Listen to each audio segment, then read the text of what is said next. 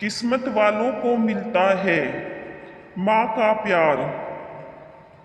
नमस्कार दोस्तों, स्वागत है आपका हमारे YouTube चैनल पर। वृंदावन के बांके बिहारी मंदिर के पास बरगद के पेड़ के नीचे एक बूढ़ी माँ ने अपना बसेरा बना लिया था। सकल सूरत से वह किसी अच्छे घर की लग रही थी। उसके चेहरे की चमक बता रही थी कि वह कोई भिखारिन नहीं है, परंतु उसके फटे हुए कपड़े उसकी दर्दनाक स्थिति का व्याख्यान कर रहे थे। वह अम्मा मैले कुचेले कपड़ों में ही एक चादर पर वहां पड़ी रहती थी। आज लगभग 10वां दिन था। मंदिर में जो श्रद्धालु माथा टेकने आते तो बूढ़ी माँ को थोड़ा बहुत प्रसाद दे जाते, या कोई राह चलता उस पर तरस खाकर उसे कुछ खाना दे जाता, जिससे उसका गुजारा हो रहा था। श्रवण हर वर्ष अपने माता पिता की बरसी पर मंदिर में आता था और गरीबों को भोजन दिया करता था। उसके माता पिता एक रोड एक्सीडेंट में मारे गए थे। उसके बाद से वह अकेला था। जिस समय उसके माता पिता की मृत्यु हुई थी, उस समय वह कंप्यूटर इंजीनियरिंग कर रहा था। अब उसके आगे पीछे कोई नहीं था, लेकिन उसके माता पिता के दिए हुए संस्कार हमेशा उसका मार्गदर्शन करते थे। इंजीनियरिंग के फाइनल ईयर के बाद प्लेसमेंट के दौरान उसे एक बहुत अच्छी नौकरी मिल गई थी। अब वह एक मल्टीनेशनल कंपनी में बहुत ऊंचे पद पर कार्यरत था। शनिवार और रविवार की छुट्टी वह अपने दोस्तों के साथ घूमने में बिता देता था, परंतु आज उसके माता पिता की बरसी थी, इसीलिए वह आज मंदिर में गरीबों को भोजन करवाने आया था। सभी गरीबों को खाना देने के बाद उसने पेड़ के नीचे बैठी बूढ़ी माँ की ओर नजर गई। श्रवण को बूढ़ी अम्मा के चेहरे में एक अजीब सा आकर्षण और स्नेह नजर आया। शायद वह हर बूढ़ी औरत में अपनी माँ और दादी माँ को ही ढूंढता था। वह बड़े स्नेह से उस बूढ़ी अम्मा को देखने लगा। फिर अम्मा के पास जाकर बोला, अम्मा खाना खाएगी? लेकिन बूढ़ी माँ काफी उदास बैठी थी। शायद इसलिए उसने कोई जवाब नहीं दिया। फिर श्रवण बोला, अच्छा यह मंदिर का प्रसाद है, यह तो खा लो। तो बूढ़ी माँ ने उसकी ओर देखते हुए अपना हाथ आगे बढ़ा दिया। बूढ़ी माँ के साथ साथ श्रवण भी थोड़ा सा प्रसाद खाने लगा और अम्मा के पास ही बैठ गया। प्रसाद खाते खाते अम्मा से पूछने लगा, अम्मा आप कहाँ रहती है और इस पेड़ के नीचे कैसे बैठी हुई है? बूढ़ी माँ ने ठंडी सांस लेते हुए कहा, अरे बेटा, अब यह पेड़ ही मेरा घर है। पहले मैं मथुरा में रहती थी। वहाँ मेरा अपना एक शानदार बड़ा सा घर है। मेरे पति की मृत्यु हो चुकी है। जब तक मेरे पति जीवित थे तब तक मुझे रानी बनाकर रखते थे, परंतु पति के स्वर्गवास के बाद धीरे धीरे अपने ही बेटे बहू को मैं खटकने लगी थी। बहू तो मेरा चेहरा भी नहीं देखना चाहती थी। एक दिन मेरा बेटा मुझसे बोला, चलो अम्मा, आज तुम्हें वृंदावन घुमाकर लाता हूँ। बांके बिहारी के मंदिर चलते हैं और दर्शन करके आती हैं। मेरा बेटा मुझे अपनी कार में बिठाकर लाया था और मुझे इस मंदिर के किनारे बिठाकर यह कहकर चला गया कि कुछ जरूरी काम से जा रहा हूँ, 2 घंटे लग जाएंगे आने में। मैंने तो बेटे से कहा था कि मुझे भी साथ ले चल, परंतु वह नहीं माना। देखते देखते आज 10 दिन हो गए। इंतजार करते करते मेरी आंखें पथरा गई है, परंतु ना तो मेरा बेटा आया ना ही इसकी कोई खबर। अब मैं समझ चुकी हूँ कि मेरा बेटा यहाँ मुझे क्यों लेकर आया था, क्योंकि उसकी पत्नी मुझे बिल्कुल भी पसंद नहीं करती थी। इसीलिए मुझे छुटकारा पाने के लिए मुझे यहाँ कान्हा जी की शरण में छोड़कर चला गया। कहते कहते बूढ़ी माँ की आंखें नम हो गई और चेहरा मुरझा गया। श्रवण के मन में उसकी स्वर्गवासी दादी और उसकी माँ की छवि दोनों एक साथ उभर आई और उसकी आंखों में आंसुओं की बूंदें झलक उठी। गरीबों को बांटने के बाद जो खाना बचा था उसने झट से निकाला और बूढ़ी अम्मा की चादर पर रख दिया। एक निवाला तोड़ा और अम्मा के मुंह में डाला और खुद भी खाने लगा। उसे ऐसा एहसास हो रहा था कि मानो वह किसी परिवार के सदस्य के साथ खाना खा रहा हो। वो अम्मा के साथ कुछ देर वहीं बैठकर बातें करता रहा। अपने माता पिता की मृत्यु के बाद वह एकदम अकेला सा पड़ गया था। बिना अपने माता पिता के उसे अपना घर ही काटने को दौड़ता था। इसीलिए वह अपने घर में रहना ज्यादा पसंद नहीं करता था। किसी किसी दिन तो वह अपने घर में कदम भी नहीं रखता था। दोस्तों के साथ घूमकर अपने दर्द को कम करने की कोशिश करता था। परंतु आज जब बूढ़ी माँ से थोड़ी देर के लिए उसने बातचीत की तो उसे एक अपनापन सा महसूस हुआ। उसने अम्मा से पूछा, अम्मा क्या आप मेरे साथ मेरे घर पर चलोगी? बूढ़ी माँ ने कहा, बेटा, जब मेरा अपना खून मेरा अपना बेटा ही जिसे मैंने जन्म दिया और पाल पोस कर बड़ा किया, जब वही मुझे नहीं रख सका तो तू मुझे अपने घर में ले जाकर क्या करेगा? जब मेरा अपना बेटा ही मेरा ना रहा तो मैं दूसरों से क्या उम्मीद लगाऊंगी? रहने दो बेटा, मुझ पर दया मत करो। मैं यही बांके बिहारी की शरण में रहकर अपना जीवन जैसे तैसे गुजार लूंगी। फिर सरवन बोला, अम्मा, मेरे माता पिता एक सड़क दुर्घटना में स्वर्गवासी हो गए और मैं इस दुनिया में बिल्कुल अकेला रह गया हूँ। अब मेरे घर में मेरे अलावा और कोई नहीं है। आपका बातचीत करने का ढंग मेरी दादी से बिल्कुल मिलता जुलता है। आपको देखकर मुझे मेरी दादी याद आती है। यदि आप मेरे साथ रहेंगे तो मुझे बहुत अच्छा लगेगा। यकीन मानो मुझे कोई दिक्कत नहीं होगी, उल्टा मुझे आपका सहारा मिल जाएगा। दिन भर के काम के बाद जब मैं घर लौटूंगा तो कम से कम देखने के लिए आपकी सूरत तो होगी। आपसे अगर हो सके तो मेरे लिए खाना बना दिया करना और घर की देखभाल कर लेना। आपको भी रहने के लिए घर मिल जाएगा और मुझे भी अपनी माँ और दादी के प्यार की ठंडी छाँव मिल जाएगी। तभी अम्मा ने कहा, बेटा, तुम भावनाओं में बहकर यह बात कह रहे हो, परंतु मुझे मालूम है कि 2 दिन में ही तुम्हें बोझ लगने लगूंगी और फिर तुम भी मुझे निकाल दोगे। ना बाबा ना, मैं यही अच्छी हूँ अपने बांके बिहारी की शरण में। अम्मा, क्या किसी को अपने माता पिता भी बोझ लगते हैं? हाँ, दुनिया में कुछ लोग ऐसे हो सकते हैं, परंतु सारे तो नहीं। अम्मा, जिसके सर से माँ बाप का साया हट जाता है वह कितना अकेला रह जाता है, मुझसे बेहतर कौन जानता होगा। मेरी दादी भी आपकी तरह ही बहुत प्यारी थी और मेरे माता पिता ने उनका बहुत ख्याल रखा था। वे उनसे बहुत प्यार करते थे, परंतु आज मेरे घर में कोई नहीं है। मुझे मेरी माँ और दादी की बहुत याद आती है। आप में मुझे अपनी दादी की छवि नजर आती है। मैं विश्वास दिलाता हूँ कि मैं आपको कभी भी बोझ नहीं समझूंगा। गहरी सांस लेते हुए श्रवण बोला तो अम्मा का गला भी अवरुद्ध हो गया और उसकी आंखों में आंसू आ गए। अम्मा कुछ बोल ना सकी। सरवन ने अम्मा का हाथ पकड़ा और बोला, चलो अम्मा, अब ज्यादा मत सोचो, रात होने वाली है, अब आप अपने घर चलोगी। सरवन ने जैसे ही अम्मा का हाथ पकड़ा तो अम्मा ने उसके चेहरे की ओर देखा। सरवन की आंखों में अम्मा को सच्चाई नजर आ रही थी।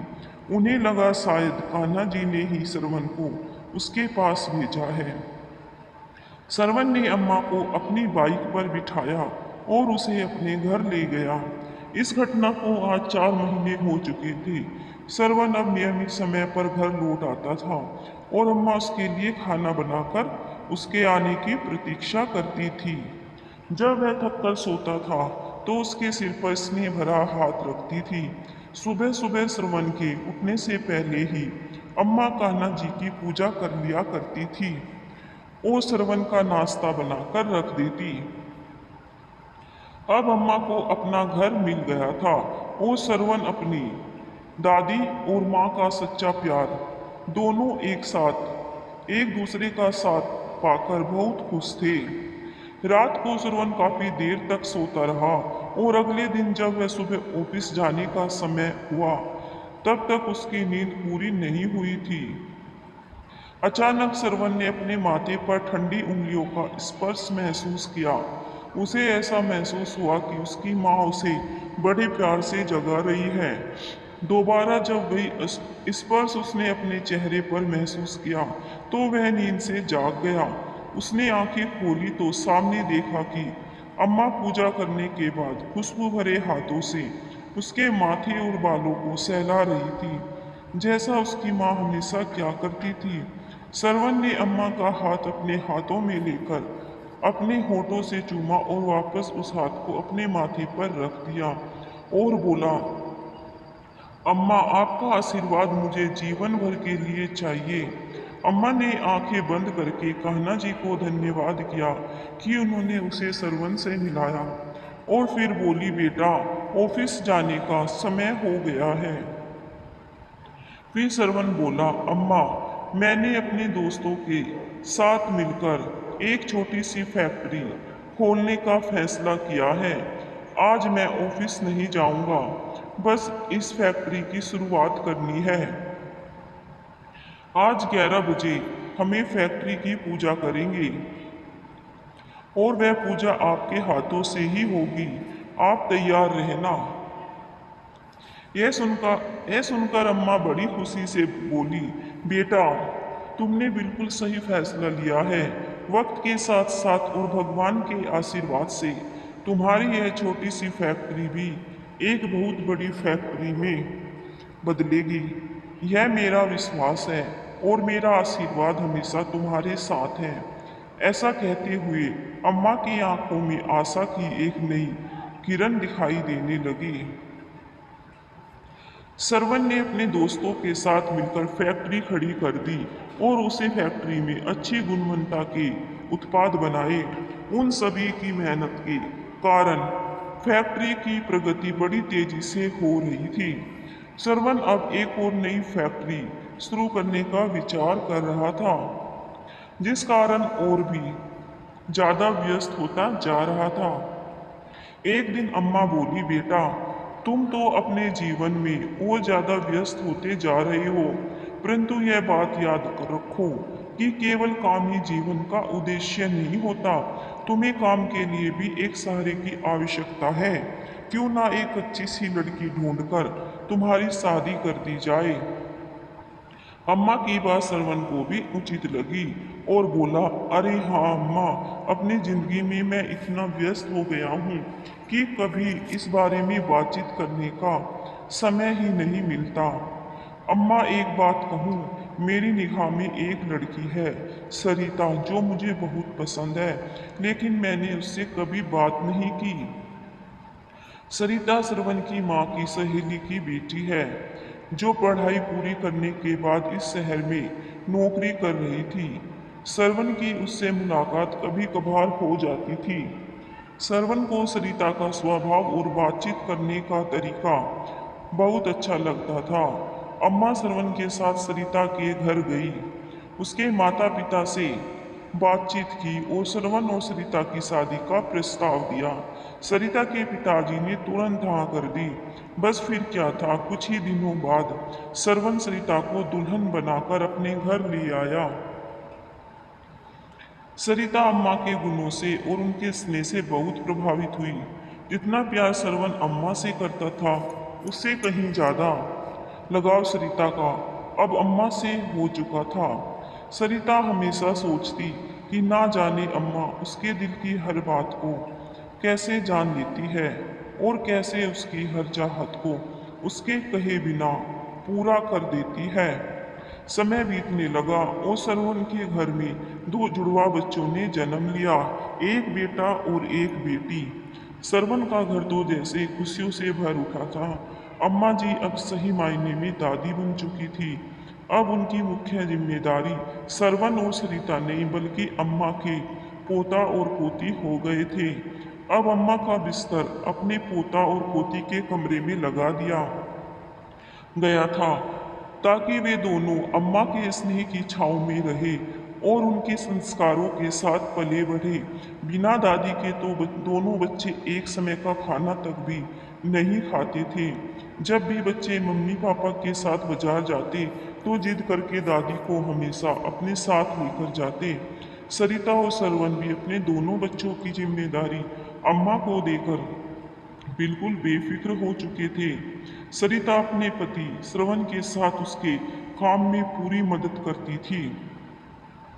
श्रवण को भी सरिता के रूप में बहुत अच्छा जीवन साथी मिला था, जिस कारण उसकी फैक्ट्री अब नई ऊंचाइयों को छू रही थी। उसकी फैक्ट्री की शाखाएं अब देश के अलग अलग शहरों में स्थापित हो चुकी थी, जिनमें हजारों कर्मचारी कार्यरत थे। उधर अम्मा का बेटा निशांत, जो अम्मा को दूर दर दर की ठोकरें खाने के लिए छोड़कर चला गया था, रह रहकर अपराध बोध से ग्रसित हो रहा था। अपनी निष्पाप और निरपराध माँ के साथ किया गया व्यवहार पल पल उसे कचोटता था। आने वाले हर पल के साथ उसका अपराध बोध बढ़ता ही जा रहा था। अपने घर के झगड़ों से दुखी होकर और अपनी पत्नी के साथ सुखी जीवन जीने की चाह में उसने अपनी माँ का त्याग कर दिया था। परंतु उस दिन के बाद से उसका अंतर्मन हाहाकार कर रहा था, जिसे वह किसी से भी साझा नहीं कर पा रहा था। अब उसके घर में केवल उसकी पत्नी का ही एक छत्र राज था। अब वह अपनी मर्जी के अनुसार खर्च करती थी और दुकान में से मन मर्जी का पैसा निकालती थी। परंतु व्यवसाय से लगातार पैसा निकालने के कारण उसका जमा जमाया व्यवसाय, जो कि उसके पिता के द्वारा खड़ा किया गया था, घाटे में जाने लगा, जिसके कारण अंततः उसे दुकान बंद करनी पड़ी। दुकान बंद करने के बाद के कुछ दिन बड़ी कठिनाइयों में गुजरे। अब निशांत और उसकी पत्नी को आटे दाल का भाव मालूम पड़ने लगा। फिजूल खर्ची तो दूर की बात थी, अब उनके पास घर खर्च और बच्चों की आवश्यकताएं पूरी करने के लिए भी पैसा नहीं था।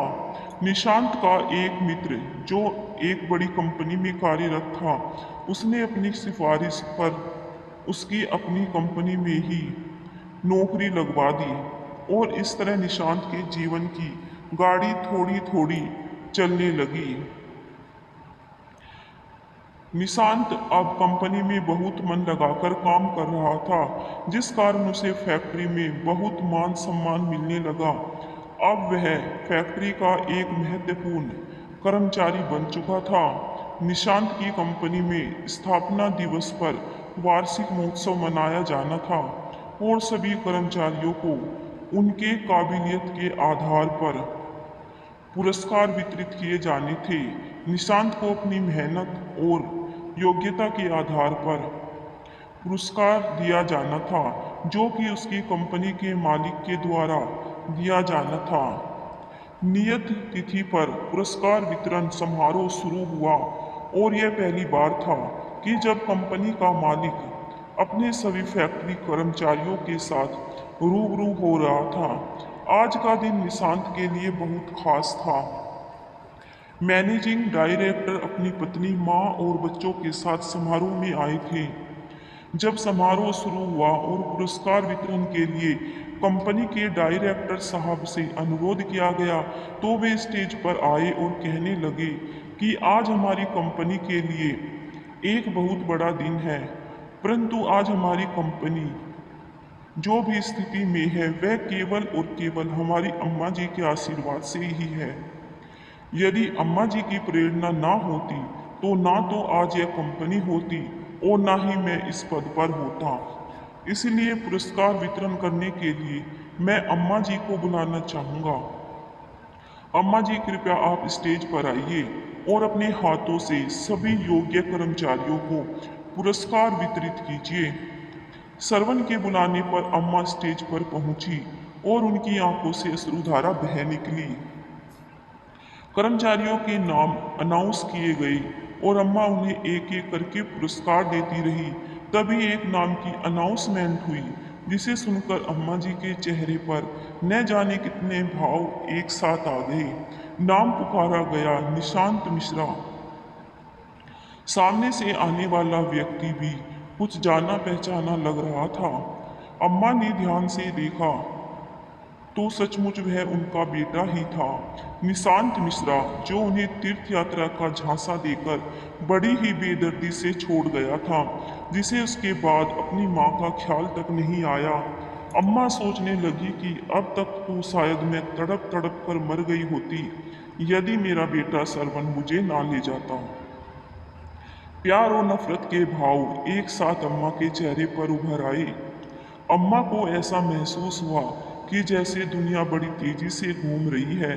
बड़ी मुश्किल से उन्होंने स्वयं को संभाला और किसी अपरिचित की तरह निशांत को पुरस्कार थमा दिया और अपना मुंह दूसरी तरफ फेर लिया। निशांत ने ध्यान से देखा कि पुरस्कार देने वाली महिला कोई और नहीं, उसकी अपनी माँ थी। देखते ही उसके पसीने छूटने लगे और वह अपनी माँ के पैरों में गिर पड़ा। उसे विश्वास नहीं हो रहा था कि उसकी माँ, जिसे उसने दर दर की ठोकरें खाने के लिए छोड़ दिया था, आज इतने बड़े साम्राज्य की मालकिन है। निशांत ने अपनी माँ से हाथ जोड़कर माफी मांगी और कहा कि माँ, अब आप मेरे साथ चलेंगे, अपने घर चलेंगे। कैसा घर, कैसी माँ? मेरा बेटा तो उसी दिन मर चुका था जिस दिन वह मुझे मंदिर के बाहर छोड़कर चला गया था। आज ना मैं तुम्हारी माँ हूँ, ना ही तुम मेरे बेटे। कहकर अम्मा जी पुरस्कार वितरण को बीच में ही छोड़कर अपनी कुर्सी पर जाकर बैठ गई। निशांत माफी मांगता रहा, लेकिन अम्मा ने उसकी तरफ देखा तक नहीं और सरवन के साथ घर वापस चली गई। कभी निशांत अपनी माँ का बहुत लाडला हुआ करता था, लेकिन अपनी पत्नी के बहकावे में आकर वह अपनी माँ के साथ बहुत बुरा सलूक करने लगा था। उन बातों को अम्मा कभी नहीं भूल सकती। उधर निशांत को यकीन नहीं हो रहा था कि जिस कंपनी में वह काम करता था, उस कंपनी की मालकिन दरअसल उसकी माँ थी। आज इस माँ के हाथों से उसने पुरस्कार मिला तो उसका सिर चकरा गया था। माँ के द्वारा उसकी घोर अपेक्षा और पाप कर्मों के कारण उसके दिल में न जाने कितने ही घाव हो चुके थे। हर पल उसे अपनी माँ की याद सता रही थी। अपनी करतूत उसे झकझोर रही थी और नासूर बनकर उसे लगातार चोट पहुंचा रही थी। एक दिन रविवार को जब उसके ऑफिस की छुट्टी थी, तो वह अपनी पत्नी नीता को लेकर स्कूटर पर राधा रानी के मंदिर दर्शन के लिए गया। राधा कृष्णा की मूर्ति के सामने हाथ जोड़कर खड़ा हुआ तो उसे ऐसे लगा जैसे भगवान भी कुटिल दृष्टि से उसके द्वारा किए गए घोर पाप के लिए उसे पर हंस रहे थे। घबरा कर उसने आंखें खोली। पूजा पाठ करके मंदिर से आते हुए अपराध बोध के कारण उसकी मानसिक स्थिति बिगड़ी हुई थी, जिस कारण उसे सामने से आता हुआ ट्रक नजर नहीं आया और तेज धमाके के साथ स्कूटर ट्रक से टकरा गया। वे दोनों बड़ी बुरी तरह से घायल हो गई। निशांत की स्थिति गंभीर बनी हुई थी। उसके पैर की हड्डी टूट चुकी थी और उधर उसकी पत्नी नीता को पैरालिसिस हो चुका था। वह उठने और चलने में असमर्थ थी। जब उसे होश आया तो दहाड़े मारकर रोने लगी। अब घर पर भी दोनों बच्चों की देखरेख के लिए कोई नहीं था। नीता के मायके से उसके भाई भाभी उसका पता करने के लिए आए, परंतु थोड़ी देर हाल चाल पूछकर वे दोनों चलते बने। निशांत के दोस्त ने सारी घटना की जानकारी कंपनी के मालिक सरवन को दी। जब सरवन फोन पर उससे बात कर रहा था तो अम्मा वहीं बैठकर उसके साथ चाय नाश्ता कर रही थी। निशांत मिश्रा का नाम सुनकर अम्मा चौंक उठी। उसने सरवन से पूछा कि क्या हुआ, किस बारे में बात हो रही है थी। तो सरवन ने सारा हाल कह सुनाया कि उसकी कंपनी का एक कर्मचारी निशांत मिश्रा का एक्सीडेंट हो गया है और वह गंभीर रूप से घायल है। यह सुनकर अम्मा रोने लगी। जब सरवन ने अम्मा से रोने का कारण पूछा तो अम्मा ने सारी बात कह सुनाई। तब सरवन बोला, अम्मा, कर्मों का फल तो भोगना ही पड़ता है। उसने जैसे कर्म किए थे उसे फल तो मिलना ही था। लेकिन अम्मा का दिल अंदर ही अंदर अपने बच्चों के लिए तड़प रहा था। उसके बेटा बहू लाचार होकर बिस्तर पर पड़े थे। इसीलिए अम्मा ने कहा कि मैं थोड़ा समय अपने बेटे बहू के पास जाना चाहती हूँ। कुछ दिनों बाद वापस आ जाऊंगी। सरवन ने भी हामी भर दी और अम्मा को बहुत से पैसे देकर उनके बेटे बहू के पास छोड़ आया। अम्मा ने अपने बेटे और बहू को एक अच्छे से अस्पताल में भर्ती करवाया, जहां उनका पूरा ध्यान रखा जाने लगा। उनके बच्चों को संभाला और साथ साथ उनकी दुकान को भी फिर से खड़ा किया। जो पैसे सरवन ने दिए थे उन पैसों को अम्मा ने अपने बेटे बहू की गृहस्थी संभालने में लगाया। हर कदम पर सरवन ने अम्मा की पूरी मदद की। एक और तो निशांत और उसकी पत्नी की तबीयत अब कुछ सुधरने लगी थी और दूसरी ओर उसका कारोबार भी पहले की तरह चमक उठा था। उनकी गृहस्थी को कुछ ही महीनों में अम्मा ने फिर से व्यवस्थित कर दिया था। जब उन दोनों की अस्पताल से छुट्टी हुई और वह घर लौटे तो अम्मा जी से माफी मांगने लगे। मैं अपने किए पर शर्मिंदा थी। अम्मा की बहू बोली, अम्मा जी, जिसने घर से बाहर निकाल दिया था वही आज इस घर में लक्ष्मी बनकर आई है। अम्मा जी, मैं आपको समझ नहीं पाई। हम लोगों ने आपका निरादर किया है। हमारे इस कर्म की सजा हमें आज मिली है। दोनों बेटा बहू अम्मा के पैरों में पड़ गई। अम्मा ने भी उन दोनों को माफ कर दिया और अपने पोता पोती को खूब दुलार किया। कुछ दिन और वहां रहने के बाद अम्मा ने कहा, अब तुम दोनों की तबीयत ठीक हो चुकी है और तुम अपनी गृहस्थी को संभाल सकते हो। तुम्हारी दुकान भी खूब अच्छी चल रही है, इसलिए अब मैं चलती हूँ। मेरा बेटा और मेरा परिवार मेरा इंतजार कर रहा है। यह कहकर अम्मा ने अपना बैग तैयार कर लिया। बेटा बहू दोनों ने अम्मा को जाने से रोकने की खूब कोशिश की, परंतु अम्मा ने कहा, मेरा बेटा सरवन मुझ पर जान छिड़कता है। अब वही मेरा बेटा है, इसीलिए अब मुझे जाना ही होगा। उन दोनों ने बहुत मनाया, परंतु अम्मा नहीं रुकी और बेटे के घर के लिए चल दी। बाहर सरवन अम्मा को लेने के लिए गाड़ी में पहले ही पहुंच चुका था।